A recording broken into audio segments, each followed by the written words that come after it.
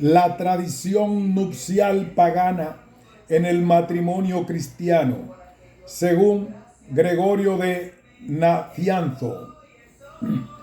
Un ensayo por Juana María Torres, Universidad de Cantabria.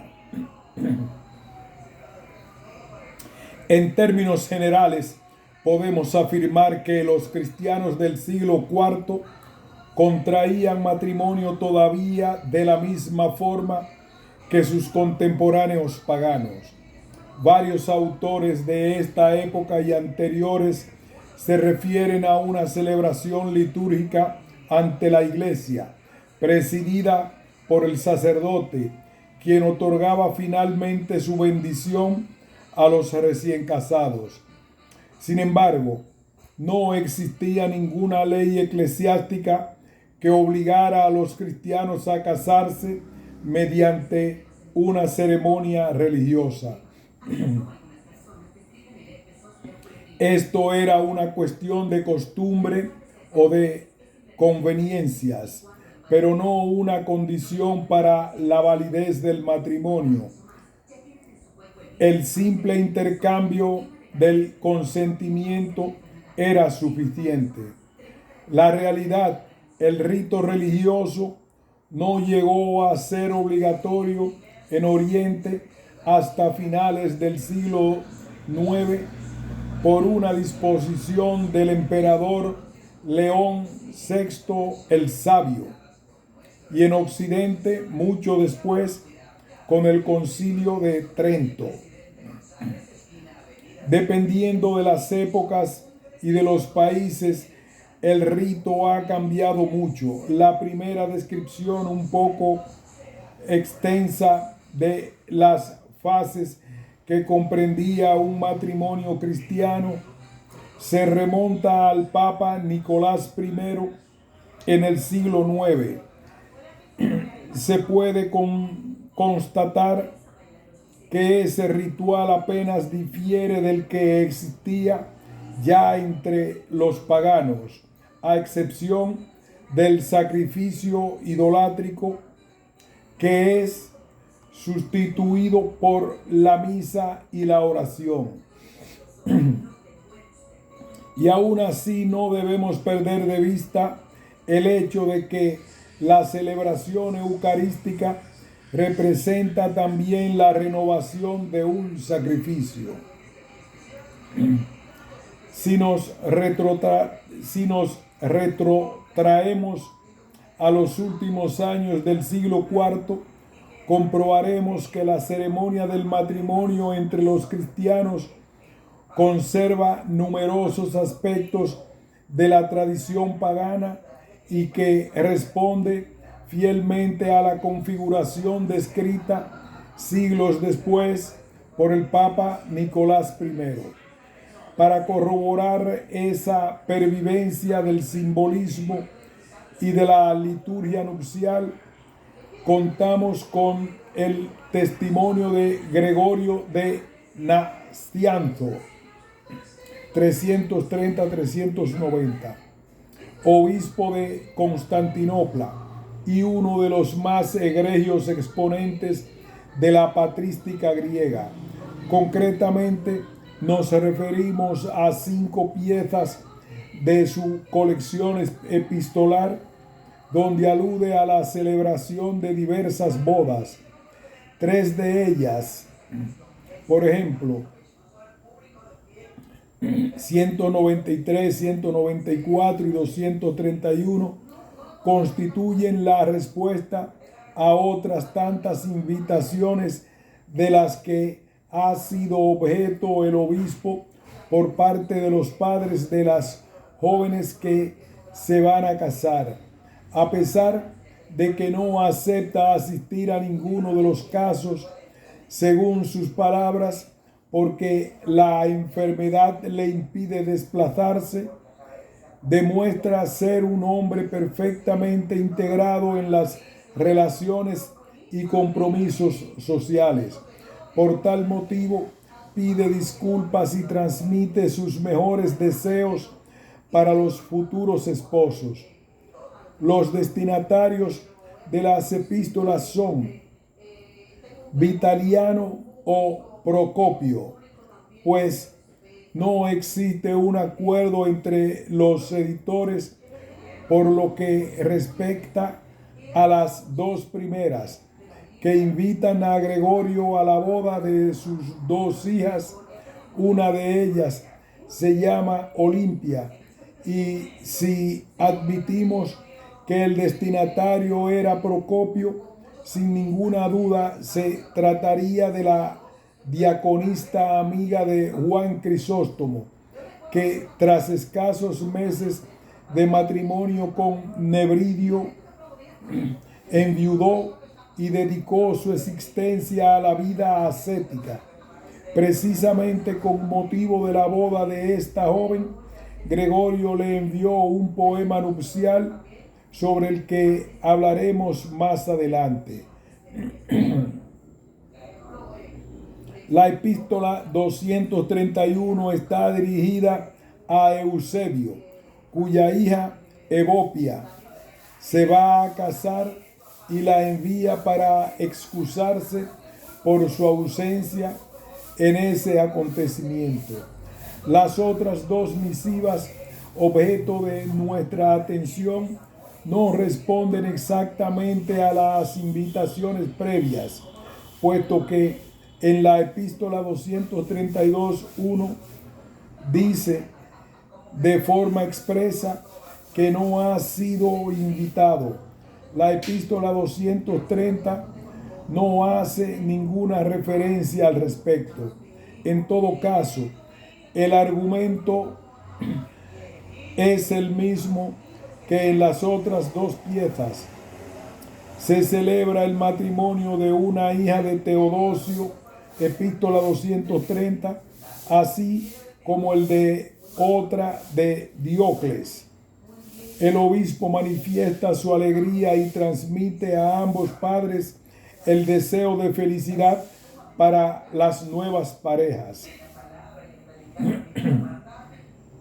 Se percibe en estos textos la concepción del matrimonio de las hijas como un gran motivo de júbilo, especialmente para sus progenitores, y como la liberación de una carga a causa de su preocupación por encontrar un buen marido para ellas.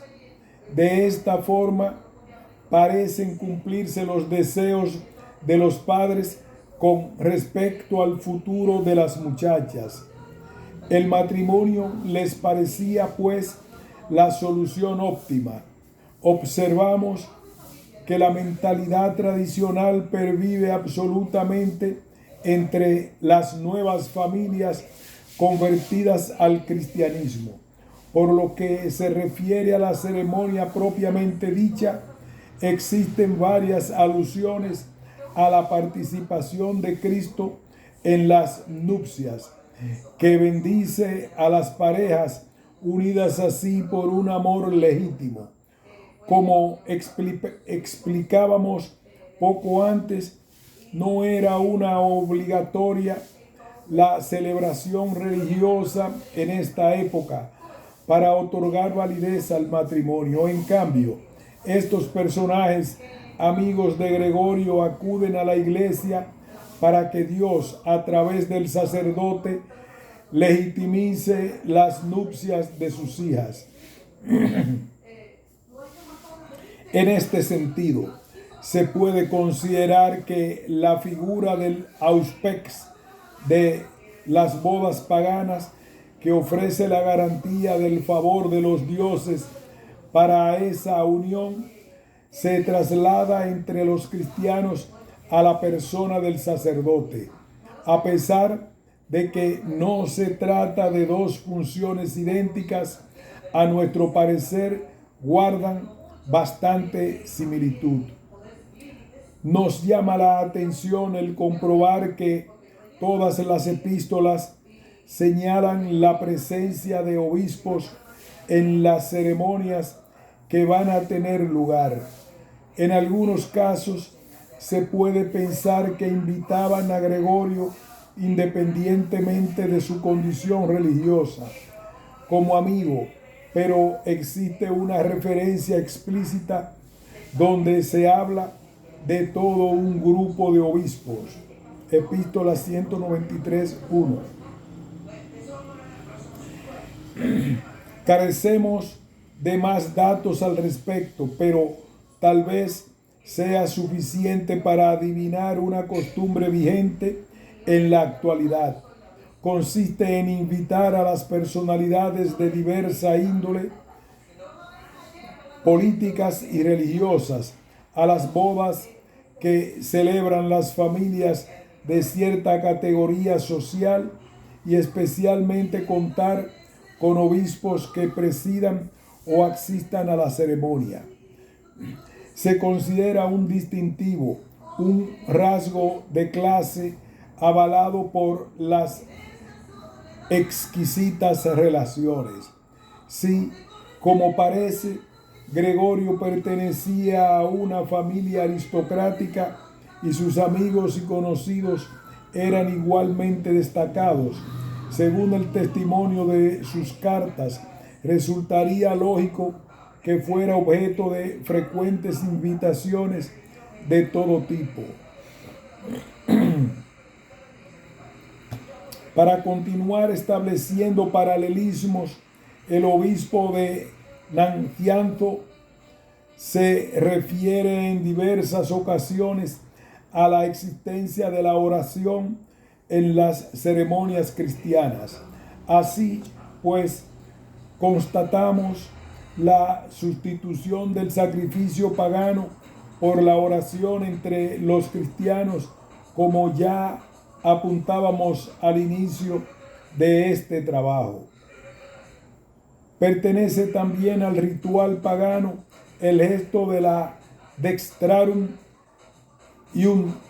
iunctio, en el cual la pronuba ponía la mano derecha de la esposa en la del esposo, en presencia del pater familias. Esta costumbre se encuentra suficientemente atestiguada en numerosas representaciones de los sarcófagos y en otros objetos arqueológicos conservados. La Iglesia asimiló este rito de los judíos, griegos y romanos, incluyendo en las ceremonias nupciales. Disponemos de una alusión muy clara al respecto en la epístola 193:3 de Gregorio de Nacianzo, donde dice: uno las manos de los jóvenes esposos, una con la otra, y ambas a las de Dios. Este gesto simboliza especialmente la unión conyugal al margen de otras interpretaciones que pueden ser también aceptadas, como la propuesta por G. Williams. Según este autor, la dextrarum iunctio probablemente tendría su origen en los matrimonios cum manu,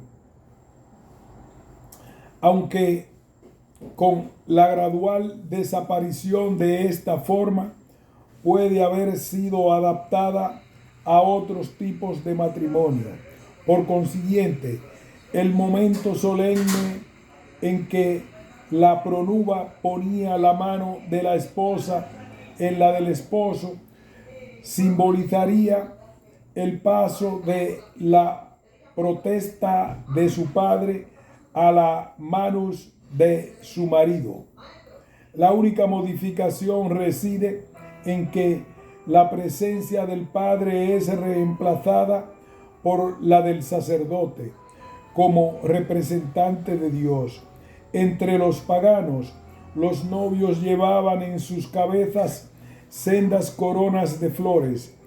Sin duda, en el culto pagano, las flores eran una ofrenda y la corona simbolizaba la dedicación del objeto a la divinidad. Tal vez por este motivo los cristianos de los primeros siglos evitaron de manera escrupulosa hacer uso de la corona en sus actos culturales y coronar los objetos dedicados como ofrenda a Dios. A partir del siglo III en adelante, la corona nupcial fue adoptada entre las costumbres cristianas, como prueba de que al menos algunos cristianos se habían manifestado ya en esa época en favor del uso de la corona. Contamos con el testimonio del rigorismo extremo de Tertuliano. En su tratado de corona ataca dicha costumbre diciendo, entre otras cosas, que la corona tiene un carácter esencialmente idolátrico y que es algo contrario a la naturaleza. En el capítulo 14 de esa misma obra declara que ni el esposo ni la esposa deben coronarse la cabeza y que desde su punto de vista una mujer adornada así parece una prostituta. Sus vivas críticas demuestran que esa costumbre existía ya también entre los cristianos. En el siglo IV el simbolismo pagano está asimilado, perfectamente aceptado, como lo ponen de manifiesto los padres de la Iglesia. En la epístola 231.5 Gregorio de Nancianzo adjudica la imposición de las coronas al padre de la novia y él se reserva la tarea de rezar. No se prodiga en explicaciones con respecto al valor de ese gesto, pero sí lo hace su contemporáneo Juan Crisóstomo. Según él, la corona designa la victoria conseguida sobre la carne. De esta forma, desaparece la simbología idolátrica existente para sus predecesores. Probablemente el gran valor moral y religioso que el antiguo pueblo romano otorgaba a la familia fue el motivo fundamental para que surgiera y floreciera en todo el imperio una poesía nupcial, Carmen Nuptiale. Con el paso del tiempo, los feseninos, la primera expresión de esta poesía, se convirtieron en cantos llenos de párrafos atrevidos y de obscoena dicta. Como prueba de esta vulgarización, basta con observar el centón nupcial de Ausonio, de escasa calidad. Por otra parte, el obispo de Nancianzo hace referencia a la existencia de epitalamios en su epístola 231.4 e incluso le envía un poema nupcial a Olimpia con motivo de su boda. El Carmen se desarrolla en torno a tres temas fundamentales: el arreglo de una mujer cristiana, su comportamiento hacia el marido y sus ocupaciones como ama de casa, y sus relaciones con el exterior. Los consejos que Gregorio le proporciona al respecto nada tienen que ver con los procaces y sensuales epitalamios paganos, absolutamente inconvenientes para ser escuchados por los castos oídos de la joven esposa cristiana. San Jerónimo y Prudencio se referían también en ocasiones al carácter grosero que poseían los feseninos. Estos cantos nupciales tenían lugar una vez finalizada la ceremonia, ya fuera pagana o cristiana, en la fiesta que se celebraba a continuación. Según manifiesta el propio Gregorio, la alegoría y las bromas eran características de esas fiestas donde estaban presentes los bufones, los conciertos de flauta, bailarines, etc. Se describía la belleza de la novia y la gracia del novio. Los jóvenes cubrían de flores el lecho nupcial y se practicaban todo tipo de juegos adecuados para esa ocasión. Todas estas actividades se simultaneaban con un banquete, costumbre que existía tanto en las bodas paganas como en las cristianas. Ahora bien, la asistencia a los banquetes nupciales era desaconsejada por las autoridades eclesiásticas debido a las diversiones groseras y a las extravagancias de diversa índole que tenían lugar allí. Así se lo hace saber el obispo de Nancianzo a Olimpia en el poema que compuso para ella. Los concilios también dictaminan restricciones en cuanto a la presencia de los cristianos en las comidas o cenas nupciales, y especialmente cuando se trata de clérigos, pues deberán marcharse en el momento que comiencen los juegos y diversiones. Como podemos observar, los ritos paganos se encuentran plenamente integrados en las celebraciones de matrimonios cristianos, o tal vez convendría más bien hablar de una continuidad sin haberse producido ninguna ruptura en el pasado de una religión a otra. Pero inevitablemente, según se ha señalado, la nueva doctrina impuso a sus fieles una serie de restricciones que no siempre se respetaban. Por este motivo, Juan Crisóstomo dedica palabras de desdeño y disgusto a las extravagancias sexuales que tenían lugar en las celebraciones de boda, con la presencia de prostitutas y actrices de teatro, pues ve en estas manifestaciones el origen de la discordia entre los recién casados.